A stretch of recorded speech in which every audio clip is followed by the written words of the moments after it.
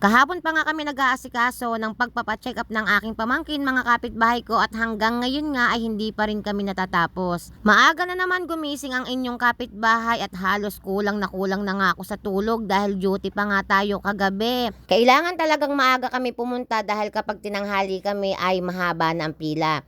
At wala nga palang pasok ngayon ang Balayan National High School para sa kaligtasan ng lahat ng estudyante. Nakakapagod mag-ayos ng papel, mga kapitbahay ko, kaya talagang napakahirap magkasakit.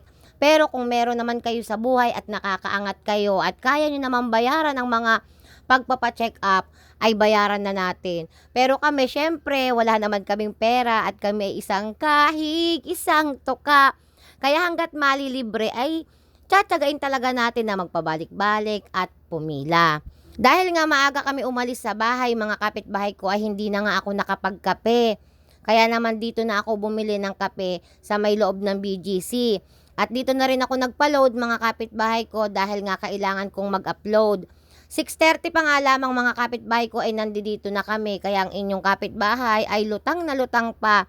Paggising ko nga, mga kapitbahay ko, ay gumawa agad ako ng content para kung magtagal man kami kahit papaano ay meron na kayong mapapanood at meron na akong entry. 2 kape na nga yung binili ko dyan, mga kapitbahay ko, at tigisa nga kami ng aking kapatid. At hindi pa nga rin nagkakape ang aking kapatid dahil nga maaga nga siyang nagising, pero inasikaso nga niya yung kanyang anak na papasok. Yung anak ko kasi ay walang pasok. Kaya ayan, nandito nga kami, mga kapitbahay ko. Kahit anong aga namin, ay meron pa rin talagang nauna. Kaya naman kami ay nagkape muna, magkapatid, para naman ay kami ay ma-refresh at nalipasan na kami. Hindi pa kami nakakapagkape. Akala ko nga, mga kapitbahay ko, ay mas maagap na kami, pero meron pa rin talagang nauna sa amin. At sabi ko nga sa aking kapatid ay i-check niya muna lahat ng requirements. Baka kung kailan nasa loob na ay meron pa kaming kulang. Kahapon nga pala, mga kapitbahay ko, ay nanggaling na rin kami dito. At ngayon nga kami bumalik. Napakadami pala ng tao dito, mga kapitbahay ko. Habang lumilipas yung oras, padami ng padami yung mga taong humihingi ng tulong. Araw-araw pala ay ganito, mga kapitbahay ko. Kaya kung ikaw ay may pera, mas maigi pa na magbayad ka na lamang at talagang ubos ang oras mo. At yan na nga, buti na lamang may dala akong charger, mga kapitbahay ko, dahil hindi talaga pwedeng malobat ang ating cellphone at siguradong ako yung maghapon dito.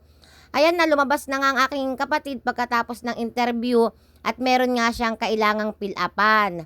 Dahil wala pa nga rin tayong almusal, mga kapitbahay ko, ay meron nga naglako dito ng turon at ng lumpia. Kaya naman bumili ng aking kapatid. At lumpia nga yung binili ko. Hindi pa nga ako napapansin dyan nung nagtitinda ng turon. Maya-maya nga lamang, ayan, picture na kami at ako daw ay kanyang sinusubaybayan at laging pinapanood. Hindi ko na nga nakuha ang kanyang pangalan. So, ayan na, mga kapitbahay ko, ayan nga yung update sa akin ngayong araw at sana naman ay maaga tayong makauwi. Maraming salamat!